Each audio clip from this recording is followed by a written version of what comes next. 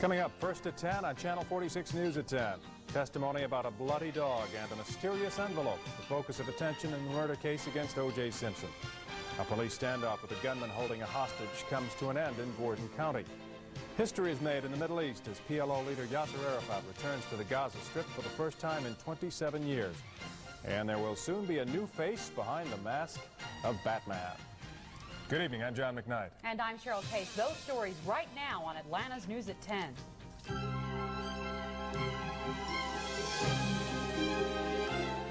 From WGNX Channel 46, this is Atlanta, Georgia's award-winning News at 10. O.J. Simpson shows a grim reaction in court today to testimony about the bloody corpse of his ex-wife, Nicole Brown Simpson, the woman he is accused of murdering.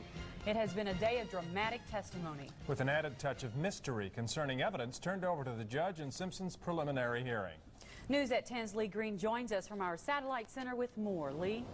Well, Cheryl, much of today's testimony revolved around a dog which probably belonged to Nicole Brown Simpson, a dog which neighbors first heard howling plaintively the night O.J. Simpson is alleged to have killed his ex-wife and another man, a dog which, according to testimony today, led a neighbor to the body of Nicole Simpson.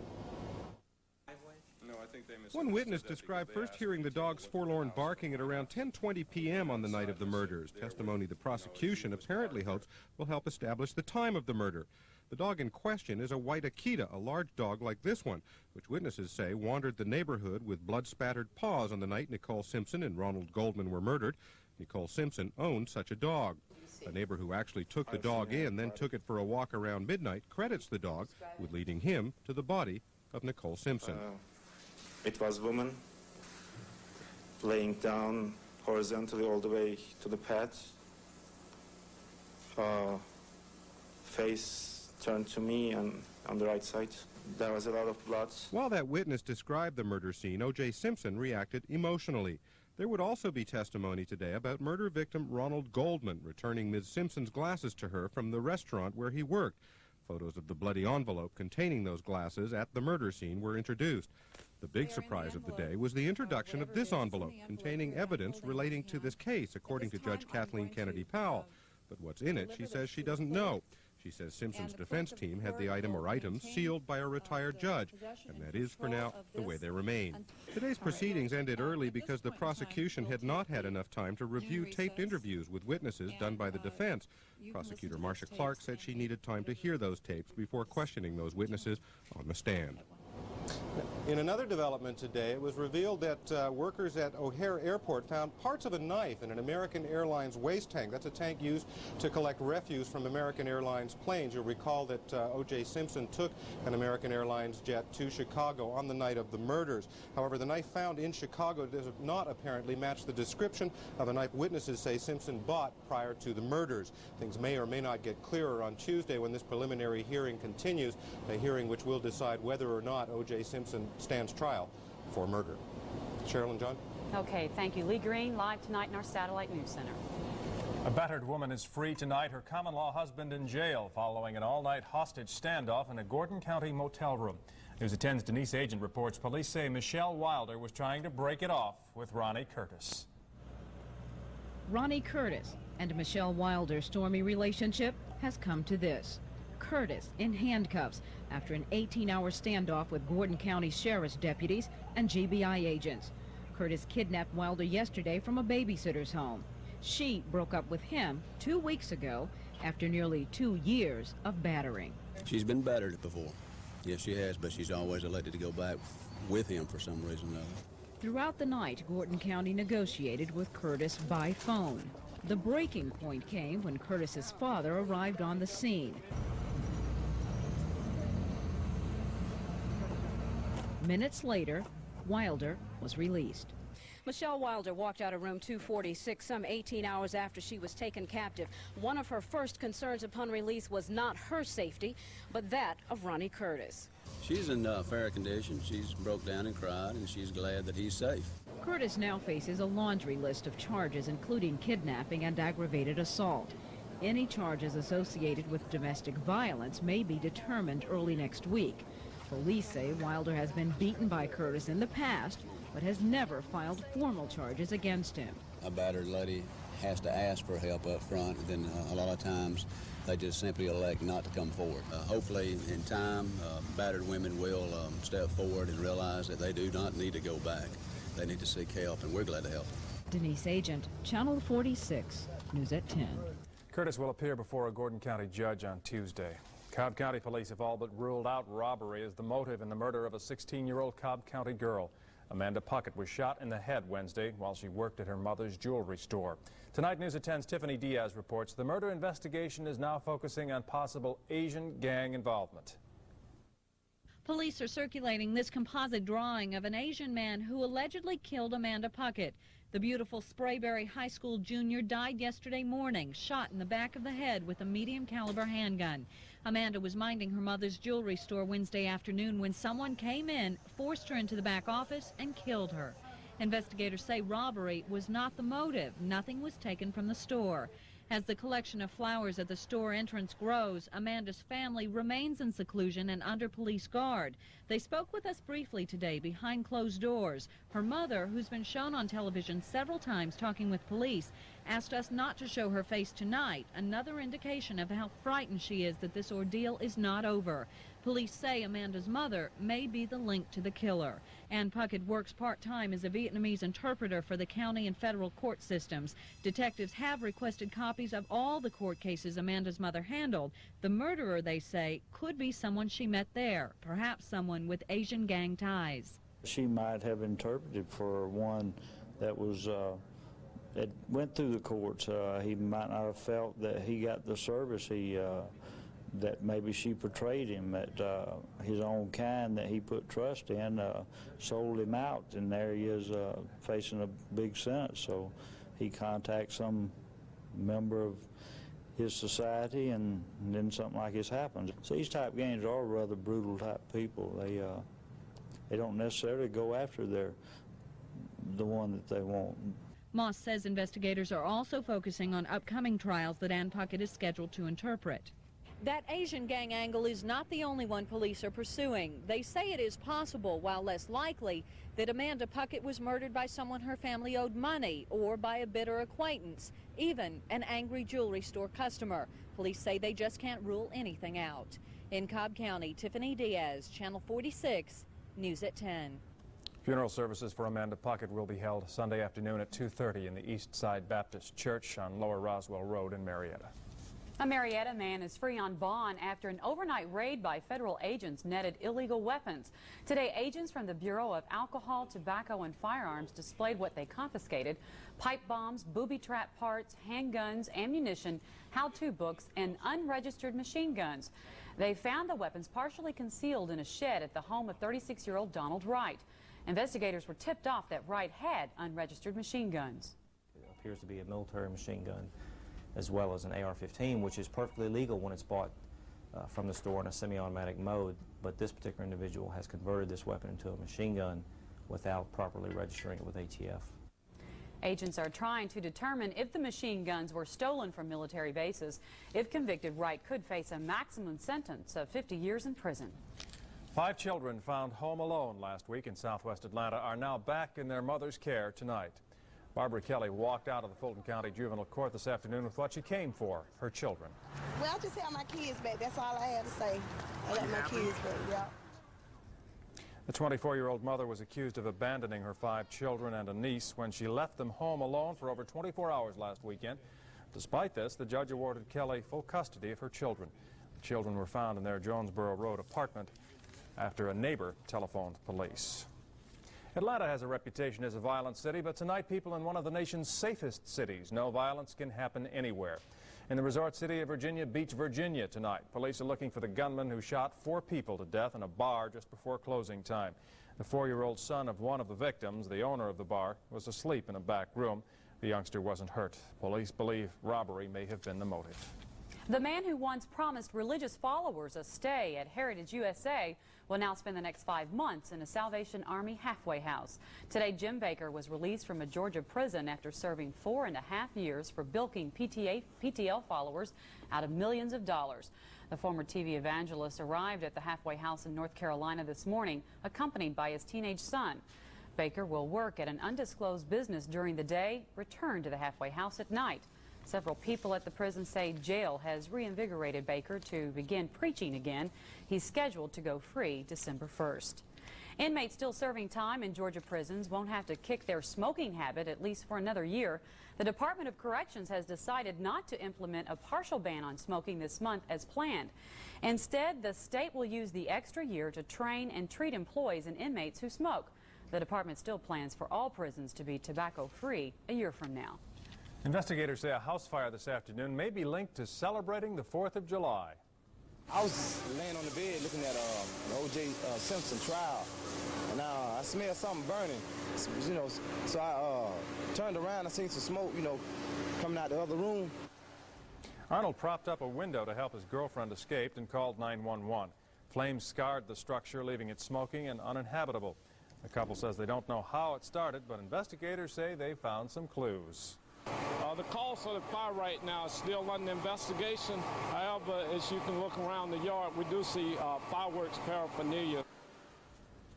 No one was injured. The couple will stay with relatives while firefighters complete their investigation.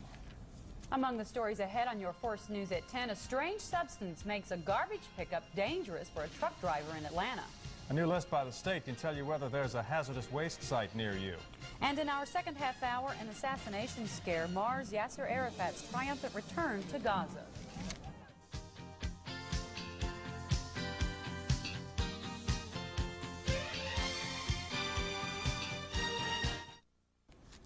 If you were held up in traffic this morning on 285 westbound, you can blame a Chevy Blazer full of nails. Fulton County Police say a 1994 Chevrolet Blazer lost 40 to 50,000 nails on 285 at 8:30 this morning when the vehicle lost control and hit a median. The entire westbound side of 285 was closed for at least 25 minutes.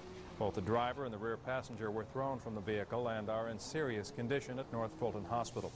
The other passenger suffered only a few injuries. Police say he was the only one wearing a seatbelt. The driver of the Blazer is facing charges of driving without a license and failing to maintain control of his car.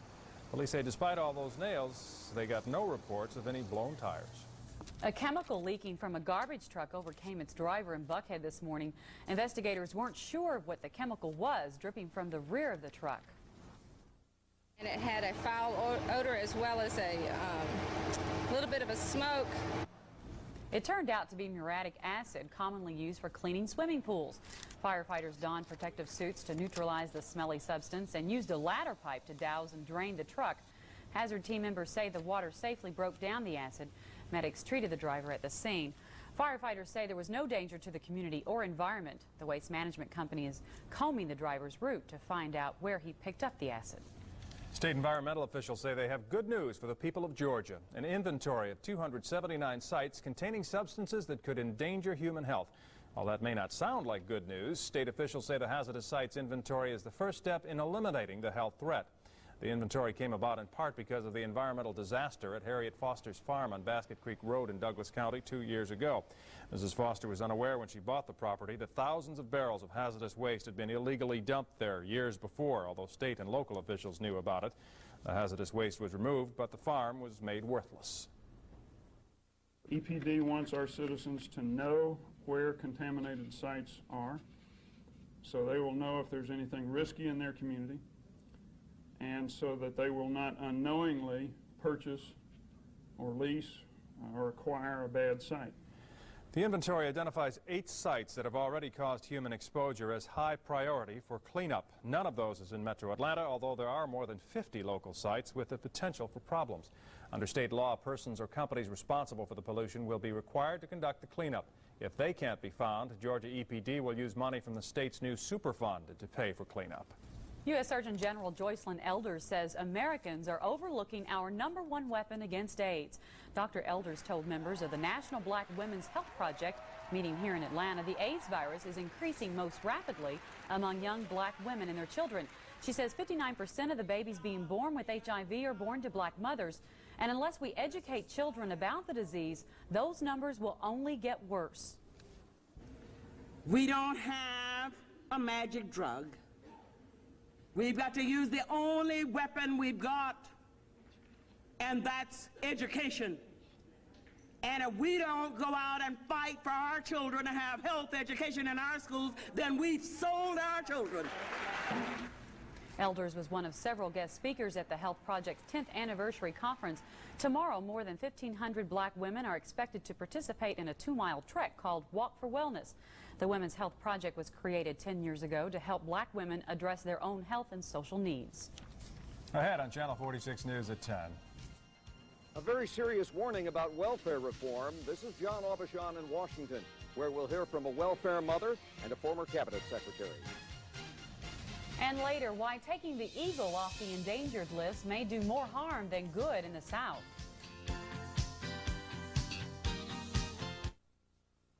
Rhetoric and very little reality. That's what some experts say will become of President Clinton's newly unveiled welfare reform policy unless the White House tackles an even greater justice, a hot smash. Mark Lemke will score. This makes it 2-0 Atlanta. We move to the 5th. Braves trailing, but not for long. Fred McGriff, his 20th home run of the year. This ties the game at 3-3, and that's where we stand in the 11th, all tied up at 3 apiece. Now, here's the latest on Braves third baseman Terry Pendleton. Today, TP was examined by Dr. Joel Chandler, the Braves team physician, and Terry has been diagnosed with a lower back sprain. He will receive therapy beginning again tomorrow and hopes to be back in action by next Friday against St. Louis. In NBA news, the Minnesota Timberwolves will buy out the contract of forward Chuck Person to the tune of $10 million. And now that the draft is over, the Atlanta Hawks will turn their attention to re-signing Danny Manning and Craig Elo. Manning and Elo address both those situations. We want to do that as aggressively as possible. We don't know what the outcome of either of those cases will be. We want to re-sign both players. But if we're not able to, we have 2 major salary slots that we can use elsewhere, either in trade or in free agency. So we'll make our best attempt to get those 2 players back in the fold. But it gives us a lot of options, too, for the future. And there is no truth to the rumor that this guy will be joining the Chicago Bulls. Air Buddy, the sports world's most versatile canine. We will check him out in our next sports segment. Pretty amazing stuff. Yeah, you won't want to miss that one. Okay. Thanks, Mark. Up next in dollar signs, job cuts at Morris Brown College. And a judge sets up another job-related face-off for UPS. I'm Steve Crowley. The economy in China is booming. How do we invest in that region? I'll have advice coming up on Channel 46 News at 10. Headlining our dollar signs report tonight, layoffs at Atlanta's Morris Brown College. Those layoffs were announced late this afternoon. About 50 members of Morris Brown's faculty and staff will be terminated. College President Dr. Samuel Jolly said the layoffs have become necessary because the school's budget has been reduced by $2 million. He says the layoffs will not affect the quality of Morris Brown's academic programs.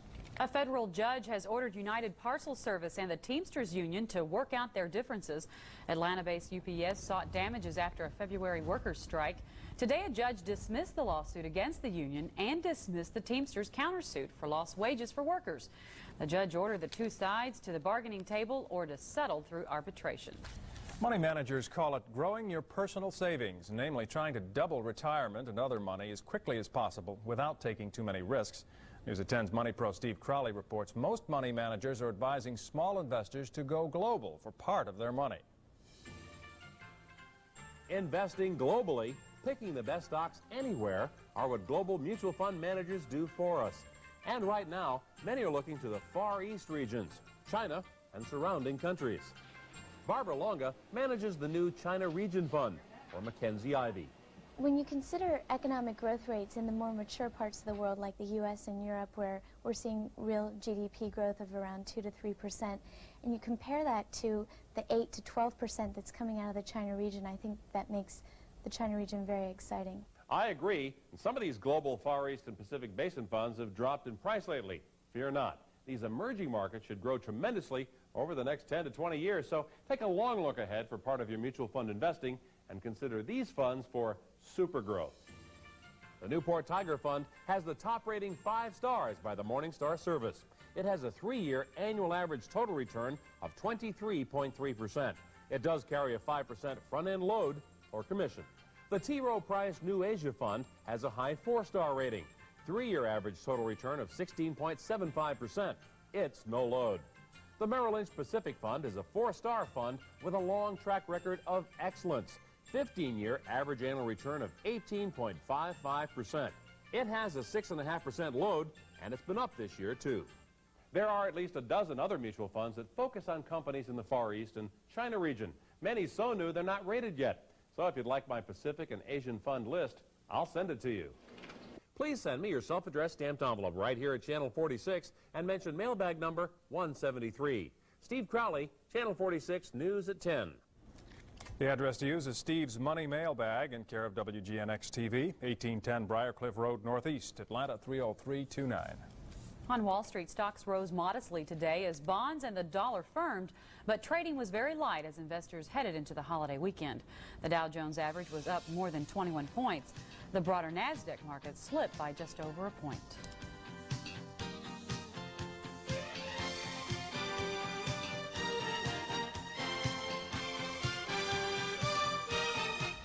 Big 4th of July weekend is here. The question is, can we get through it without those thunderstorms we've been having almost every day, Denny? It's a pretty simple answer, John. No. But the good news is we're going to go from scattered showers to isolated showers. So that means not as many will see it. But I'll tell you one thing. Hot, muggy conditions are going to continue. And I'll be back with your 4th of July holiday forecast in just a couple of minutes. A lot of people are counting on Mother Nature to help get them through this holiday weekend. I feel the pressure, I really do. Do we need to cross our fingers, or are we going to have some luck? I cross them just to be on the safe side. Must have gotten 100 calls today from some of our viewers saying, please, please, please tell me that I don't have anything to worry about. And like always, this time of year, you got to say there's always that chance, but it's minimal. We're going from 35 today to about 20% tomorrow. So, hey, looks like it's going to be a pretty decent weekend. I'm going to show you the entire forecast coming up in just a minute. But outside right now, mostly cloudy skies cover the state. Our 10 o'clock temperature, 78 degrees. Southwest winds at 8, 76%. The relative humidity, and a barometer that's on the rise from 30.01 inches. Well, another hot and muggy summer day throughout the state. Afternoon high temperatures range from the upper 80s to the mid-90s. We ended up the day 5 degrees above normal, 93 high, 72 low. Highest and lowest ever, 99 and 59. As you can see, that was a long, long time ago. Well, the southeastern weather pattern seems to be stuck like a broken record. Nearly every day we see clouds at night, then some clearing in the morning, and then a combination of the clouds and the sunshine throughout the day with a few scattered showers thrown in for good measure. No rain today in metro Atlanta, but some did fall over the central and in the southern part of Georgia. High pressure continues to dominate the weather pattern and will continue to do so for the next day or two. What rain that we're going to be seeing, though, like I said earlier, is only going to be isolated. Now tonight, light to moderate showers are falling from Arkansas and Louisiana east out into the Atlantic Ocean and right here along this stationary front, and that's in parts of Nebraska and Iowa. Much, much heavier rain, though, reported tonight, even tornadoes in this area right here. But right here in the northern part of Texas and in the very western part of Oklahoma, severe thunderstorms. Hey, guess what? We've got our first tropical storm of the year. It's Alberto, and it's found way down here in the Gulf of Mexico. We'll keep our eye on it and keep you posted as it moves north, if it does. And you think it's hot here? Try Death Valley, California. Thermometers topped off at 123 degrees today. I'll take our temperatures anytime. Not much is going to change over the southeast. The next 24 hours, we will begin to feel the effects of an approaching cold front that's going to kind of end up right here in the Tennessee Valley tomorrow. It's south of this front that we're going to find partly cloudy to partly sunny skies and showers and thunderstorms from the central Mississippi Valley back here into parts of Georgia and in parts of Florida. Now, the northern and central Georgia area is going to see a partly cloudy to a partly sunny Saturday. Afternoon highs are going to warm up significantly, up to 88 in Rome, 90 degrees in Carrollton, 92 degrees in Griffin and Madison, and 93 in LaGrange. A look at the Channel 46 News at 10. 4th of July holiday forecast begins tonight with partly cloudy skies, light winds, our low temperature 71 degrees. And then tomorrow, we'll see that chance of some isolated showers in the afternoon, but partly sunny, southeast winds 5 to 10. High 91, sunrise 6:31. It'll set tomorrow night at 8:52. Look at this 5-day forecast. All the way through the 5 days, we're going to see partly cloudy skies, isolated showers. Temperatures, like I say, hot and muggy, going to stay in the low 90s throughout the 5 days, even the lows, 71 and 72 degrees. So take your umbrella in the morning to protect yourself from the sun, in case you're going to be going out, and then keep that umbrella handy in the afternoon because rain could come. It's a very functional accessory. You betcha. Thank you, Denny. Just ahead when News at 10 continues, a mysterious envelope is now the talk of the Simpson hearings. We'll have the very latest from Los Angeles. And Yasser Arafat returns to the land he calls home. Earlier, we reported the latest developments in the preliminary court hearing into the murder charges police have brought against O.J. Simpson. Standing by now at our sister station KTLA in Los Angeles is reporter Marta Waller, who has been covering the hearing. Marta, the big surprise today seemed to be that mysterious envelope. Do we have any idea what may be in it? Not a clue. It was about shortly before lunchtime that defense attorney Shapiro handed that envelope to the judge and said, "We want this to remain sealed," and that set the prosecution going. They wanted it opened. The judge did go check with our presiding judge at the criminal court. He said go ahead and open it, but Mr. Shapiro said, no, I really don't want it open. It was sealed by a retired judge, and I think it should be left in sealed evidence. Judge Kennedy Powell said that she would wait until sometime next week to deal with it, but not a clue as to what's in it. Why did prosecutors spend so much time today focusing on the testimony of the people who found the dog and discovered the bodies? Well, I think that they wanted, as much as anything, they're trying to pinpoint the time. That seems to be a very critical issue here. And they went so far as to use times of day. People were coordinating it with what television shows they were watching, the normal time they get up and go out. Also, the time that the dog was barking. They still haven't said specifically, yes, this was the dog, was Nicole Simpson's dog. But I think more than anything, they're trying to pinpoint the time, because that's very important in this case, to determine whether or not O.J. Simpson could conceivably have been at the murder scene and then gotten into a limousine and gone to the airport. Marta, in our report earlier tonight, we heard some about O.J. Simpson's demeanor today, particularly while testimony was going on concerning his ex-wife's body, the discovery of the body. What did you observe about Simpson's demeanor today? He has been very stoic up until now. All of his court appearances, he has sat there very stony-faced. He has not had any expression at all. Today, clearly, he was very upset when he saw the photographs of her body and when the people who found her were describing it, a much different O.J. Simpson than we have seen in previous court appearances. Very emotional, very tight and drawn, clearly very upset. Thank you, Marta Waller, for joining us live from our sister station, KTLA in Los Angeles. In news around the world tonight, an historic day for Palestinians in the Gaza Strip. For the first time in more than a quarter century, their leader, Yasser Arafat, has returned to Gaza. And tonight there are reports of a possible assassination attempt. Tens of thousands of cheering Palestinians greeted the PLO chairman as he arrived under heavy security. Israeli radio is reporting that a man aimed a gun at Arafat as he was delivering a speech in Gaza City, but people standing nearby subdued the gunman before he could fire a shot. PLO officials are denying all of that. The Gaza Strip is now under Palestinian authority, the result of an agreement between Israel and the PLO. There's more terrorism in Haiti tonight. The bodies of 5 murdered and mutilated young men were found dumped on the streets of Port-au-Prince overnight. All the victims appeared to have been tortured. Meanwhile, the exodus from that country is picking up speed. The U.S. Coast Guard reports it has rescued about 400 Haitians in 15 boats within the last 24 hours. That's in addition to the 2,500 plucked from the ocean earlier this week. They're being taken to a refugee processing center at the U.S. Naval Base at Guantanamo, Cuba. The latest ceasefire in Yemen has been shattered. Fighting flared this morning when southern Yemeni planes struck at the North's oil-producing facilities. A key oil plant was damaged. 10 people were injured. The civil war in Yemen is now more than 2 months old. In Rwanda, French troops rescued more than 70 wounded civilians today. The injured men, women, and children were evacuated to refugee camps in Zaire. Backed by the United Nations, the French soldiers launched Operation Turquoise a week ago. It's a search and rescue mission aimed at protecting civilians from massacre at the hands of warring government and rebel soldiers. Zookeepers in Louisville, Kentucky got a real scare today when a popular elephant escaped from the park. Kenya, a 21-year-old African elephant, apparently unlatched a gate to search for a ball she had dropped. Once outside the gate, she picked a man with her trunk and threw him to the ground. He's in fair condition tonight. The behavior was out of the ordinary for Kenya, who has given rides to tens of thousands of people at the zoo. The long, hard struggle to rescue America's national symbol is paying off. The federal government is removing the bald eagle from the endangered species list. Close to extinction just a generation ago, the number of bald eagle nesting pairs in the lower 48 states has now grown to 4,000. There has been great progress here in Georgia as well. But Terry Johnson with the Department of Natural Resources says the eagle remains endangered in Georgia and in several southern states. A successful hacking program, which reintroduces young eagles to the wild, has produced more than 20 nesting pairs this year.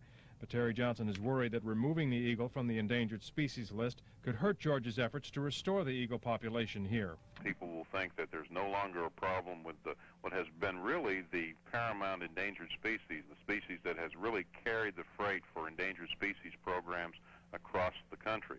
And this could have a very detrimental effect on those types of programs. Al Cesare runs the National Foundation to Protect America's Eagles in Pigeon Forge, Tennessee. Among other things, the foundation raises eaglets and other birds for reintroduction to the wild. Cesare calls the decision a double-edged sword. With the eagle being taken off the endangered list, the signal to the public is that the eagle's fine and dandy, when really the reverse is true. Although no longer on the endangered species list, the bald eagle will still be classified as threatened. That means it will continue to be protected under federal law, and anyone who injures a bald eagle will be subject to severe penalties, possibly including prison. And stay with us. Just ahead, Mark is back with more of the day's sports. The Atlanta Braves are in Miami trying to reel in the Marlins, plus the most versatile performer in all of sports. And he has 4 legs. All that and more coming up in sports. A week away from the All-Star break, the Braves still hanging on to first place. Looks good. They're still the best team in the East, still the best team in baseball, but tonight they weren't the best team. But it took extra innings. The Atlanta Braves, the team with the best record in all of baseball, going for their 3rd straight win tonight. Tonight trying to fillet the fish down in Miami. We go to Joe Robbie Stadium, and you know it's tough being a rookie in this league. Right before the game, Ryan Klesko doing the interview. He gets the pie in the eye routine. We pick things up now in the 1st inning. Dave Justice at the plate. A rip to right field. Mark Lemke will score. This gives Atlanta a 2-0 lead. We move now to the 5th. The Braves trailing 3-2, but not for long. Fred McGriff, the crime dog, hits his 20th homer, a solo shot over the clock, ties the game at 3-3, and that's where the baseball landed, McGriff's 54th RBI. Now, Greg Olson in trouble in the 11th. A rip by Kurt Abbott. Jarvis Brown bobbles it. Probably couldn't have got the guy at home plate anyway as Greg Colburn scores. That's your game winner. The Marlins reel in the Braves 4-3 tonight. Elsewhere in the National League, we go to Three Rivers Stadium. Pittsburgh hosting Cincinnati. Orlando Merced downtown. Pittsburgh ties the game at 1-1. Red poured on an excuse me swing, an excuse me hit, an excuse me RBI for Tony Fernandez, and the Reds go on to beat Pittsburgh 4-2 your final. So on the scoreboard, Atlanta now 48-29, 1 game ahead of the Expos in that AL East race. Cincinnati a winner, Chicago leading Houston 3-2 in the 9th. St. Louis leads Colorado 7-4 in the 6th. Now out west, Philadelphia at L.A. The Mets lead San Diego early on 3-0. Likewise, Montreal leading the Giants at Candlestick 3-0 in the 2nd. Over in the American League, the AL's top team, the New York Yankees, hosting Ken Griffey Jr. and Seattle. We go to the house that Ruth built, Yankee Stadium. Seattle batting, it's not Ken Griffey Jr., but Dan Wilson going deep and gone. A Ruthenian shot to left, and the Mariners lead the Yanks 4-3 in the 9th. So on the scoreboard, Oakland wins for the 8th straight time, beating Boston 6-3. Juan Gonzalez, a grand slammer. Texas over Detroit 10-6. Eddie Murray had a 2-run homer as Cleveland beats Minnesota 6-1. Baltimore beating up on California 13-7 in the 8th. Chicago blanking Milwaukee 8-0 in the 8th, and Toronto and KC tied in the 9th. The finals are now set at Wimbledon. It's Martina Navratilova and Conchita Martinez in tomorrow's women's finals. Today the men took center court in the semifinals. We go to the grass courts at the All England Club. Defending champ and top seed Pete Sampras taking on Todd Martin. Martin getting a lucky break, a helping hand from the top of the net for the point, but Sampras wins this one in 4 sets. Here is match point. Sampras wins 6-4, 6-4, 3-6, and 6-3 to advance to tomorrow's final. The American will meet Goran Ivanisevic, who today bounced out Boris Bakker. Here is match points. The ace, he had 25 aces today, winning in straight sets 6-2, 7-6, and 6-4. In golf, Tammy Green leads on the LPGA Tour, Nick Price on the PGA Circuit, and Danny Green is 10 under and leading the Dogwood Invitational at the Druid Hills Country Club. Now the seniors are playing at the U.S. Senior Open at Pinehurst. On top of the leaderboard, the Golden Bear, Jack Nicklaus, great approach shot. Nicklaus at 5 under par. He was the early clubhouse leader. Also in the hunt, Raymond Floyd. The birdie moves him to 5 under, also a 68. He's tied with Nicklaus, a couple off the pace. Now the shot of the day goes to Gary Player, playing a bump and run up the hill. He'll curve it in, make the birdie chip, and then does his Hulk Hogan imitation. If he ripped off his t-shirt, he'd be right there. But your leader right now is this guy in the white hat, Jim Albus. A 66 yesterday, a 69 today, a 700 total with 36 to play. Jim Albus, you the man. Now, sooner or later, I knew it would have to happen. My sportscast has finally gone to the dogs. And that's okay by me. Meet the most versatile athlete in sports, Air Buddy, a 6-year-old golden retriever who can do a lot more than just retrieve. Tough as nails in a hockey goal. Hey, sit, hey, a deep threat in football. And a high-scoring machine in hoops. Air Buddy loves to perform. He lives for it. There is no question about it. To him, it's an obsession, and I think that's what's made it work so well, because his attention span is 100%. Buddy is also going international with his sports repertoire. He's taking up soccer.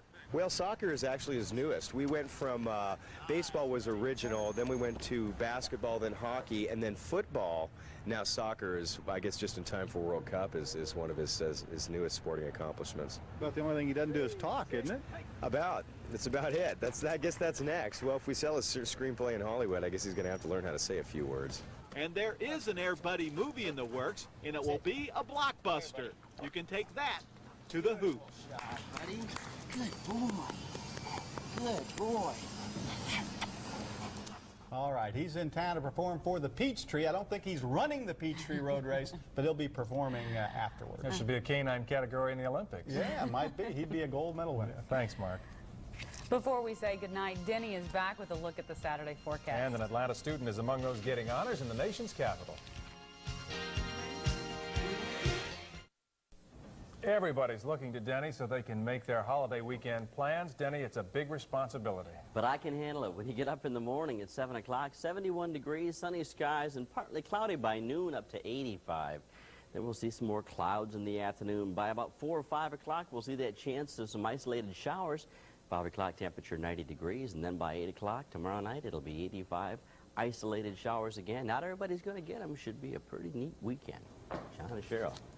Okay, thank you, Danny. Finally tonight, President Clinton honored the nation's best and brightest today, and one of them is from right here in Atlanta.